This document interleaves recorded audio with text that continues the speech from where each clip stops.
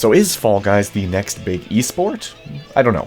I just want to make a guide to accompany the coaching that I'm doing for the game, so follow along for either general tips or every specific minigame. Also, there's going to be one final actual pro tip that I'll be bringing up at the end, so stick around for it. Anyways, general stuff. So beelining.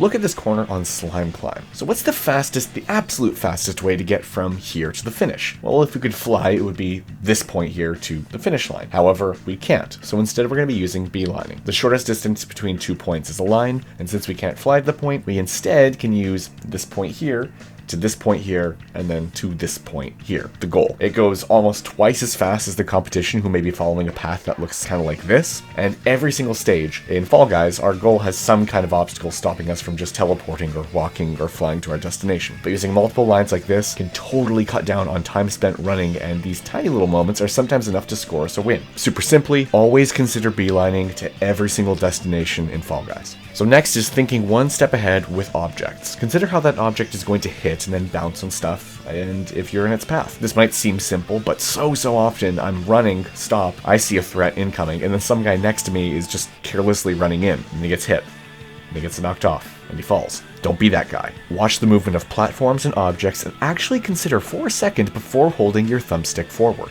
Anyways, that aside, those are just some general concepts. Everything else we're going to be tackling in the actual maps themselves, so let's go. Door dash. Never be the first to jump at a gate. Let the guys slightly ahead of you do the dirty work. Try to stand kinda in the middle and wait out the next opening. You'll be glad you did. If you're in a cluster trying to get into a door, jump and dive. Jump before the threshold here, and then dive after the peak of your jump. Additionally, jump, dive after the big drop. Gate crash. Run at closed gates. Always jump through gates as you pass through them. Don't be afraid to stop even for a moment to wait it out. On the final drop, go for an opening gate, one that is starting to open. Dizzy heights. So long way around is always faster at the beginning. Even if it feels longer, go solo, pull out on the hard left or the hard right. Just as you're about to transition from one spinner to another, jump. And before you jump, consider which direction the next spinner is spinning so you can move into that direction and get the edge. Then you come up to the ball portion, where you just want to progress semi-normally. If you see a ball coming, don't be afraid to just pause for a brief moment or hug inside and get to safety briefly. And then you get up to the jump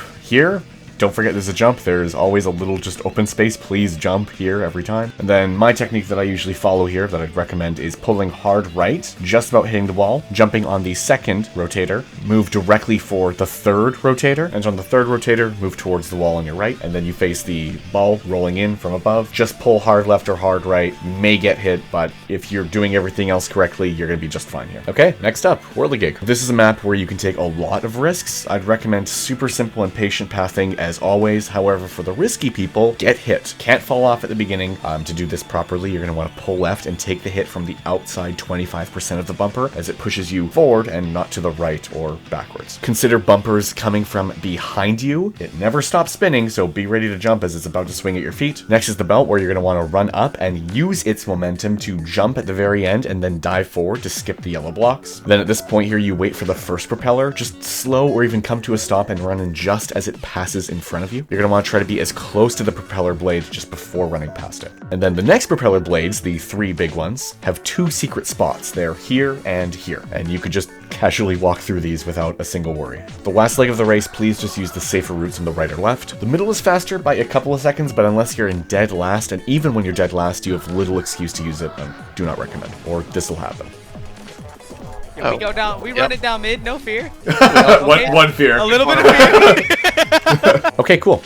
Seesaws. So think how the seesaw will be impacted by others. Stop and wait for the right moments and try to counterbalance by climbing, even if it'll slow you down just a little bit. If a seesaw is already in a horrible position, jumping on will probably only make it worse. If you're early, start center and move away just before the jump. If you're late, start higher and move in. Tiptoe. You are absolutely guaranteed qualify if you just wait on the platform center and slowly move forward. Super important point, the final two tiles, these guys right here, they are always together. So if someone finds one of them, you found the next one. You just run in and you're good to go. The only excuse ever to lose in tiptoe is because weird physics knocking you off. Check your qualify counter. Let's say there's this many people that can qualify, there's that many slots, and there aren't that many in front of you, you're safe. Wait. They will fall off and will restart. You won't. Kind of working on some secret strategy for this map, but until then, just be safe, wait it out. Fruit Shoot, the evil one. Beeline from bottom pink to top pink. Hold the hard left, hold the hard right, protect yourself with these pink blockers. Don't be afraid to lose time with pulling hard left or right to avoid a fruit. Please, you take the hit, you're done. There's only one jump and dive that you should do on this map, and it's at the very beginning just to get on the belt. Otherwise, do not jump, do not dive. Next up is Hit Parade. Starting at the front, go, go, go, go, go. Tied with someone, don't share the floaty, just pause for a split second even, let them take it just right behind them.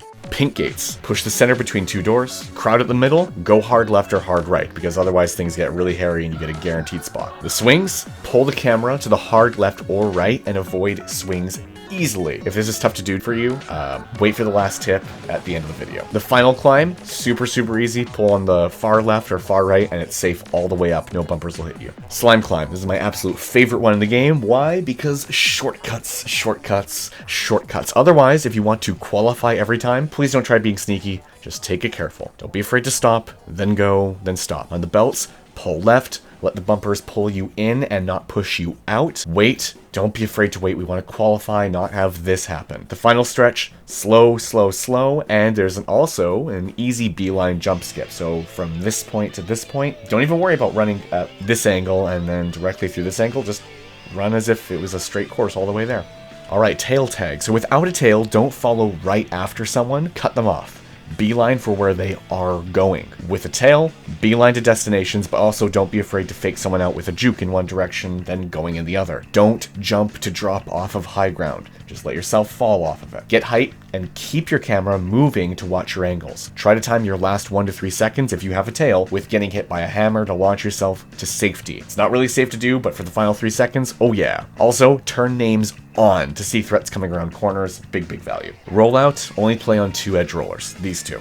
Don't leave them. You never have to leave them. I've played on this map about 45, 50 times now and have never left these 2 ledges, and I've never fallen off. Wiggle between them over and over and over. Avoid jumping. Try to spend, this is really important, more time on the slightly lower part and climbing up rather than being on the higher part and going down. You want to be working with the momentum and with the rotation of these rollouts. Perfect match. So know what fruit you're on and come up with a basic pattern from this point in your head. Imagine these points in a line, and when the time comes, refollow that same sequence in your head and jump accordingly. Center, center, center of platforms. If you mess up, go to a small crowd. Don't go to the big crowd. You will get knocked off. Don't go to the big crowds. Jump club. Stand still, jump the green. See pink and green starting to get close, even starting to get close, run towards it, and then jump the green. Try staying on the center or slightly above it in case you're hit somehow, but you never should be if you're just jumping the green and moving towards it if it's getting close to pink. Block party. Avoid the crowd, stay in the front middle if you can. If you need to jump, pull back a bit. Then run at the barrier and jump over it, decreasing the amount of time it spends under you.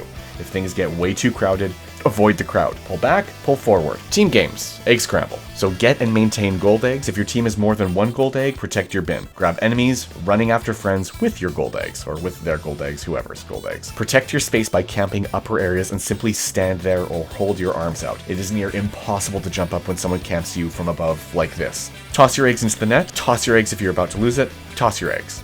Try also to toss enemy gold eggs out of the net. Bringing it and picking it up and walking it all the way out is very difficult, but throwing it, easy. To throw an egg, you just jump and let go of the egg at the same time, or you could even do jump, let go, and dive, and you're set to go, you're flying. Regardless of if you're first, second, or third, always steal from the team that has the least amount of points. Hoopsie daisy. If you're not going to get a hoop, don't go for the hoop. Go elsewhere. Claim a small zone, patrol it, hoops will come. If more than 2 or 3 of your teammates are in the area, move somewhere else. Try to hold a space that allows you first access to a number of hoops that aren't there. I particularly like the high ground up over here. Additionally, following hoops shadows will help you predict and get to one a little bit earlier than your competition. So team tail tag is where things get a little bit more interesting. Steal from the team that's farthest behind, as before with the egg one. Group with enemies, with tails, and when your friends come by, grab them and keep them in place. Don't be afraid to stand still and even hide your tail in the meantime while backed up against a surface. Use spinners to clear someone behind, and towards the last 20 or 30 seconds, just start running laps. Keep moving, beeline to destinations, and don't be afraid to try making slightly risky jumps. Rock and roll. Push the ball, and don't stop pushing it until you hit the 30% mark and nobody else is left. Otherwise, you keep pushing it. Once you've stopped pushing or adjusting the ball and you're stopping the other ones, try stopping the enemy that's furthest behind. You can be an effective stopper by literally standing still and just being a block for the ball not to go over. You don't need to push the ball up to be super effective, and do not jump to block the ball. Just stand or push into it. That's it. Jinxed. If you are very confident in your platforming skills, get jinxed ASAP and only pursue one target for 1 or 2 seconds. If they're good enough to evade you, they're going to be good at catching your friends. If you're not super confident with your platforming skill, which is totally fine, group up with your jinxed friends while you're unjinxed. Use the spinner to keep enemies off of you, and beeline as usual to your destinations. Hoarders, for you, is a singular person goal is going to be protecting one ball. Keep that ball in that little dip over here. It's far easier to keep a ball in than to push one out. Ideally, you want to play a defensive role because everyone gets excited about playing offensive in this mode. And if things get a little bit dicey and everyone's grouped up at your net, pull away, play at a distance. Block them from leaving. Additionally, try to bounce the ball from this angle underneath. Launching it up from this angle with a jump from below will send it up and far, and especially forwards and away from you. We want that. Fall ball. Only move from your current ball if there are less than 2 teammates on the other one or defending. Wait in spots like this for unintentional passes. Defending is super huge. Play patiently, wait for a ball to approach you, jump bounce it away like with hoarders. Additionally, on offense, drop into a net after a successful goal to get teleported right back to center immediately. Walk the ball for free and only jump it when you have a defender challenging you. Additionally, you're going to see players abusing this exploit for easy goals. When the ball respawns, they just jump up and hit it. You either need to A, abuse it yourself, or B, stop them from camping the middle by grabbing them, pushing them, whatever. And now we're at finals. So Fall Mountain is all about being one step ahead. Always start with a little jump. Predict how that ball right up there, or the next ball or whatever, is going to bounce off the next peg or wall. And then when you have that prediction, don't run right into it. The cannon firing and the aim that it has in the distance is going to tell you approximately where the next ball is going to land. Take the spinner so that if they have to hit you, they're going to push you up instead of back. We don't want that though. Avoid getting hit. Only take risks when you are behind the pack. Do not dive at all, only jump when necessary, and when you're at the crown, play it safe, do not jump early, you got this. Next up is tail tag. Finals. No tail, beeline to the location that they will be, or wherever they're going to be chased to. Elevation is important. Only dive for the tail if nobody else is nearby. With your tail, avoid being below others. Move up when possible, keep your camera ahead and even around corners if you can afford to, and turn name tags on for extra visibility. Don't be afraid to even stand still and evaluate briefly. Lastly, hexagon. This separates the Fall Boys from the Fall Guys. Think one step ahead here, check your eliminated tab. 2 variables to always keep in mind. Am I above everyone else? Or how many enemies are left? If you're above most of them, or everyone else, take your time. Stretch out the value of every panel. There's a number of ways to do this. Ideally, you jump from one to the other, and so on. Follow careful paths to stay on that level the longest while considering what you're dropping to.